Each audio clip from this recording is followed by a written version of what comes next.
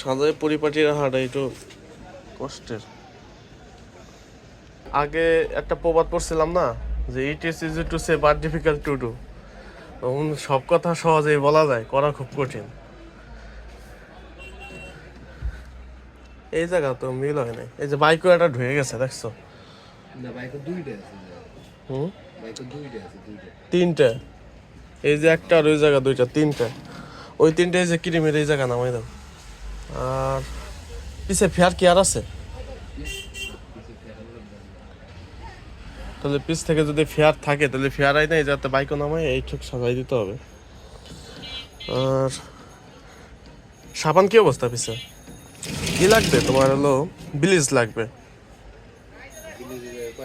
Bleach আছে হচ্ছে তোমার, গোল্ড আছে দুইটা, ম্যাঙ্গো আছে হলো একটা। না না না, আমি বাই করতেছি। আর সাবান এই কেমন জানি এলো পাতারি সাজানো হয়ে গেছে।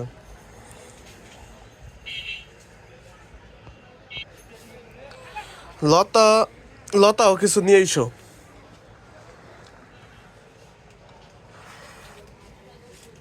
আর ওই যে ওনার যে ভিটাগুলো ক্রিমটা রাখছো না, ওই ওনার দামি কইছে কি 6টা পাঠাইলে 120 করে ধরবেন। হ্যাঁ, আর 20 টাকা বাড়াই ধরছে। আমাকে 40 টাকা দিলে ছাতি দেওয়া লাগবে একটা। ছাতি আবার ডজনের সাথে ছিল একটা, মানে ছাতিও দিল না, আবার ধরছে 40 টাকা করে। আসুক নেক্সটে ধরবা না। আবার গেলাম যে যখন দিয়ে গেল আমার ফোন দিবা না, বাড়ি থাকা নিলে সমস্যাটা হয়েছে।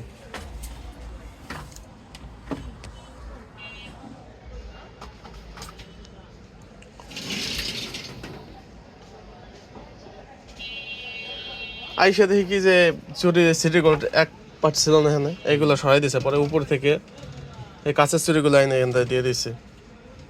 এই তারটাই যা সরান লাগবে, সরাই নতুন চুরি দেওয়া লাগবে।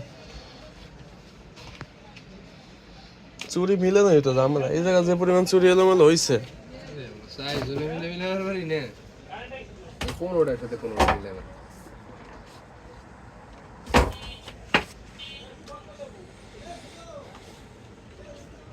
সাজায় পরিপাটির হাট একটু কষ্টের।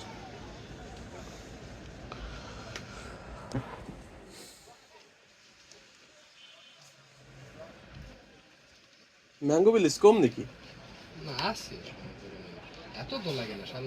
আচ্ছা, যে ই রাখছিল কোথায়, যে আলতা? আমি কালকে রাইতে আলতা পাইনি। আলতা তো ছিল পিছে কর্নারে, ছিল না?